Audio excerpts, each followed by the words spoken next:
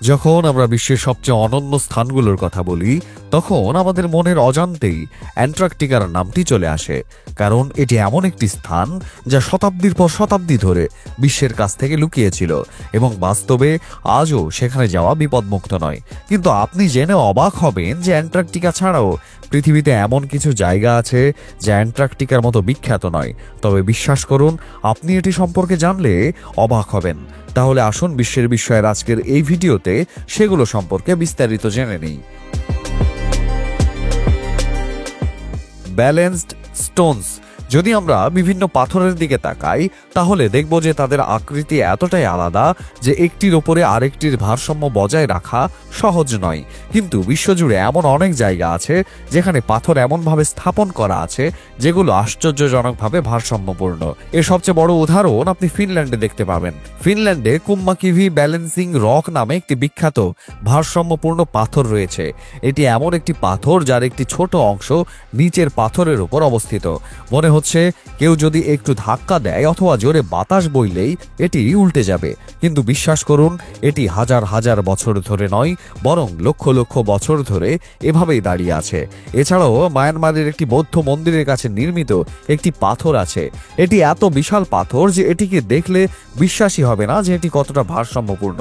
যদি আপনি ইতোমধ্যেই অবাক হয়ে থাকেন তবে কিছুটা ধৈর্য ধরুন, কারণ আপনি এখনো যা শোনেননি তা হলো মধ্য পশ্চিম মার্কিন যুক্তরাষ্ট্রের গবলিন ভ্যালি সম্পর্কে। আসলে এটি এমন একটি জায়গা যেখানে এই ধরনের ভারসাম্যপূর্ণ পাথরের সংখ্যা এক বা দুই নয় বরং হাজার হাজার। মানুষ বিশ্বাস করে যে এত বিপুল সংখ্যক পাথর প্রাকৃতিকভাবে ভারসাম্যপূর্ণ হতে পারে না। তাই অনেকে বিশ্বাস করেন যে ইতিহাসে বসবাসকারী কোনো দৈত্যাকার মানুষ এগুলোকে একটির উপরে আরেকটি স্থাপন করেছিলেন। কিন্তু বিজ্ঞান এটি বিশ্বাস করে না। বিজ্ঞানীরা বলছেন যে একে অপরের উপরে দেখা এই পাথরগুলো আলাদা নয় বরং একসাথে আটকে আছে। আসলে অতীতে এই অঞ্চলে পানি প্রচণ্ড গতিতে প্রবাহিত হতো এবং এই পানি এই পাথরগুলোকে মাঝখান থেকে এমনভাবে কেটে ফেলতো যে এই পাথরগুলো আলাদা এবং একটির উপরে আরেকটি স্থাপন করা দেখা যায়। তবে এটা আলাদা বিষয় যে বেশিরভাগ মানুষ এটাও বিশ্বাস করে না। কিন্তু একটা বিষয় নিশ্চিত যে কারণ যাই হোক না কেন এই পাথরগুলোর সৌন্দর্য কেবল মনোযোগ আকর্ষণ করে না বরং এগুলো দেখলে যে কেউ অবাক হতে বাধ্য হয়, কারণ এটা খুবই সুন্দর। এবার চলুন পরবর্তী জায়গার দিকে যাই, যেটাকে বলা হয় মার্বেল ক্যাথেড্রাল। মার্বেল ক্যাথেড্রালের কথা বলতে গেলে এটি চিলিতে অবস্থিত। চিলি দক্ষিণ আমেরিকা মহাদেশের একটি দেশ যাকে প্রাকৃতিক বিস্ময়ের আবাসস্থল বলা হয় এবং এমন একটি আশ্চর্যের বিষয় হলো মার্বেল ক্যাথেড্রাল। এটি চিলির পাতাগোনিয়া এলাকার একটি সুন্দর মার্বেল গুহা। এটি আজকের নয় বরং ৬,০০০ বছরের পুরনো বলে মনে করা হয়। ধারণা করা হয় যে সেই সময়ে এই অঞ্চলে একটি বড় আগ্নেয়গিরির অগ্নুৎপাত হয়েছিল। এর জন্য অত্যন্ত উচ্চ তাপমাত্রা এবং চাপের কারণে এই পাতলা কাঠামোগুলো অস্তিত্বে এসেছিল এবং তারপর সমুদ্রের পানি তাদের ঘষে এত সুন্দর করে তুলেছিল যে আজও এগুলো দেখে সবাই ভাবতে বাধ্য হয় যে এই আশ্চর্যকে তৈরি করেছে।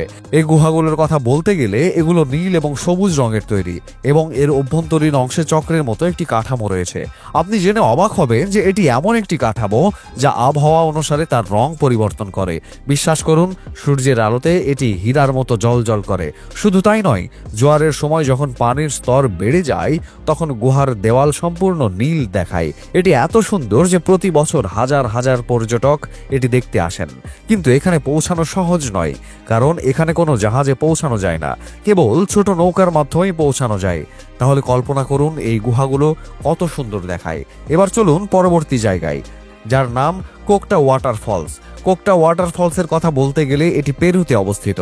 আপনি নিশ্চয়ই অনেক জলপ্রপাত দেখেছেন যেগুলো দেখতে খুব সুন্দর, কিন্তু ক্রমবর্ধমান মানব জনসংখ্যা তাদেরকে নোংরা করে তুলছে। কিন্তু কোকটা ওয়াটারফলসের কাছে গেলেই আপনি অবাক হয়ে যাবেন, কারণ এটি এমন একটি জলপ্রপাত যেখানে মানুষের ভিড় তো দূরের কথা, আপনি ছাড়া অন্য কাউকেই খুব কমই দেখতে পাবেন। এই জলপ্রপাতটি ঘন বন এবং পাহাড়ের মাঝখানে অবস্থিত এবং এটিতে পৌঁছাতে অনেক হেঁটে যেতে হয়। এ কারণেই এখানে পৌঁছানো সবার জন্য সহজ নয় এবং এই শান্তিই এই জলপ্রপাতের আসল সৌন্দর্য। কোকটা ওয়াটারফলস বিশ্বের সর্বোচ্চ জলপ্রপাতগুলোর মধ্যে একটি। এর উচ্চতা ৭৭০ মিটার। এছাড়াও এখানে পর্যটকদের সংখ্যাও কম, কারণ বিশ্বাস করা হয় যে এই জলপ্রপাতটি অভিশপ্ত। আপনি ঠিকই শুনছেন, আসলে এটা বিশ্বাস করা হয় কারণ আজ পর্যন্ত এখানে যারা পৌঁছেছেন তাদের বেশিরভাগই নিখোঁজ হয়ে গেছেন। এই জলপ্রপাতটি এতটাই দুর্গম স্থানে অবস্থিত যে যে কেউ সেখানে গেলে তার জীবন ঝুঁকির মধ্যে পড়ে। আমাদের পরবর্তী স্থান হলো ওয়াইটামো কেভ। ওয়াইটামো গুহা সম্পর্কে বলতে গেলে এটি এমন একটি গুহা যা দেখার পর আপনি নিজের চোখকে বিশ্বাস করতে পারবেন না। কেন জানেন? কারণ এর সিলিং এমন মনে হয় যেন কেউ এর সিলিংয়ে হাজার হাজার এলইডি বাল্ব লাগিয়েছে, অথবা আপনি খোলা আকাশের নিচে আছেন যেখানে আপনি হাজার হাজার তারা দেখতে পাচ্ছেন।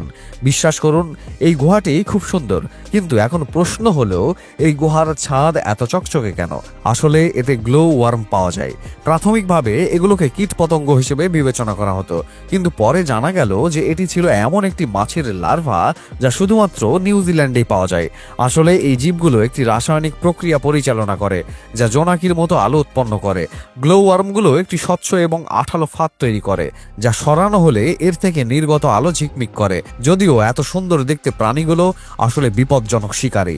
তারা তাদের শিকারকে আকর্ষণ করার জন্য আলো নির্গত করে, কারণ ছোট পোকামাকড় এই আলোর দিকে আসে এবং তারপর এই ফাঁদে আটকে যায়। এরপরে তারা তাদের শিকারে পরিণত হয়। আপনি জেনে আরো অবাক হবেন যে শুধুমাত্র ক্ষুধার্ত গ্লো ওয়ার্মগুলোই আলো উৎপন্ন করে।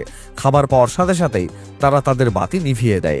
আর যদি আমরা গ্লো ওয়ার্মের কথা বলি, তাহলে এই গ্লো ওয়ার্মগুলো আসলে কিছু বিশেষ ধরনের পোকামাকড়ের লার্ভা যাদের অন্ধকারে জ্বলজ্বল করার ক্ষমতা রয়েছে। এই পোকামাকড়গুলো বিভিন্ন দেশে বিভিন্ন প্রজাতির মধ্যে পাওয়া যায়। গ্লো ওয়ার্মের উজ্জ্বলতা বায়োলুমিনেন্স নামক একটি জৈব রাসায়নিক প্রক্রিয়ার কারণে। এই প্রক্রিয়ায় শরীরের অভ্যন্তরে একটি নির্দিষ্ট রাসায়নিক পরিবর্তন ঘটে যা আলো উৎপন্ন করে।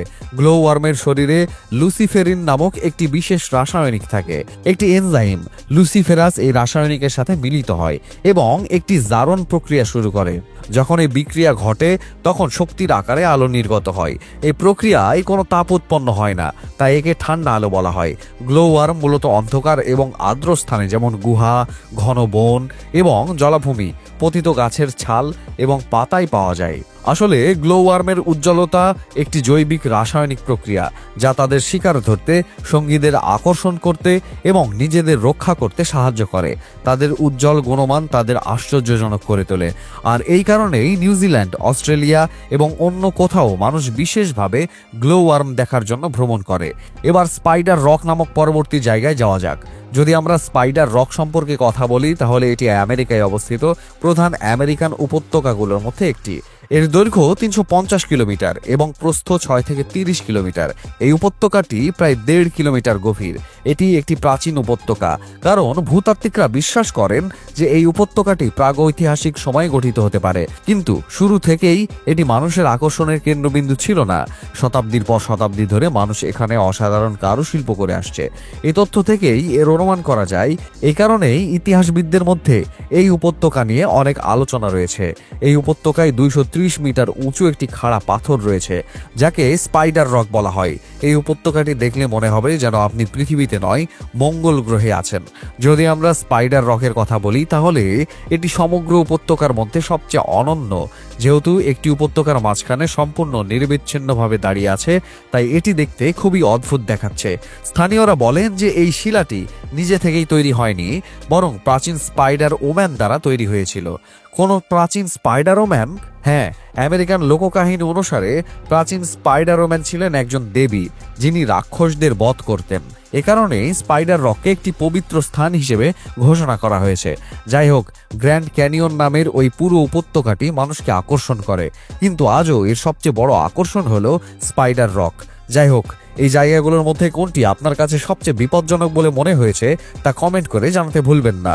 আজকের জন্য এ পর্যন্তই। ভিডিওটি ভালো লাগলে লাইক এবং শেয়ার করুন এবং আমাদের চ্যানেলটি সাবস্ক্রাইব করুন। ধন্যবাদ।